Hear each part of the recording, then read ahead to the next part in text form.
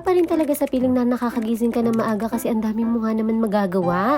Kaya tara, samahan nyo kami sa panibagong araw namin na nakabukod. Alas 6 pa nga lang ng umaga ay nagising na kami ni Matashi. Dahil magbubukas na ulit ang silog ni Pablo, tumakbo na si Matashi sa palengke. Syempre, pagkaalis ni Matashi, bumangon na rin ako para marami na rin akong magawa. Katapos ko maglinis ng hinigaan namin, bumaba na rin ako para makapagsalang na rin ako ng sinaing. Dahil maya-maya ay mag-o-open na rin kami. Maaga pa lang talaga ay nagsasaing na ako dahil nakakailang salang ako ng sinaing. Depende sa lakas ng tinda namin. Pagkatapos ko magsalang ng sinaing, umakyat muna ako para silipin yung mga bata. Alam kong maraming makaka-relate nito at hindi lang ako ang ganitong nanay, yung tamang kilos ka tapos aakyat ka para silipin yung mga bata. Pagkasilip ko nga dito sa bunso namin, tulog na tulog pa at ito na nga sisilipin ko rin to si Ate McQueen dahil nakasolong kwarto na rin siya at ayan na nga guys, tulog na tulog pa nga rin siya. Paniguradong puyat na naman tong batang to. Ewan ko na nga lang nakabukas tong isang kwarto para marinig ko si Pablo pag nagising nga siya. At ayun na nga guys, bumaba na rin ako para makapagwalis-walis. Wala pa naman kaming gaanong gamit kaya kaunti lang tong lilinis-linisin ko. Dahil naglinis na rin naman ako kagabi at naglampaso. Tapos na nga tong sinain ko at hinango ko na rin para makapagsalang ulit ako. Minsan kasi nakakaapat na salang pa ako ng sinaing. At maya-maya nga dumating na rin to si Matashi. Pag-asikaso na nga rin si Ate McQueen at nakabihis na. Ready na siyang pumasok. Nag-take na rin ako ng order at ayun na nga guys, busy na kami dito dahil maya-maya nga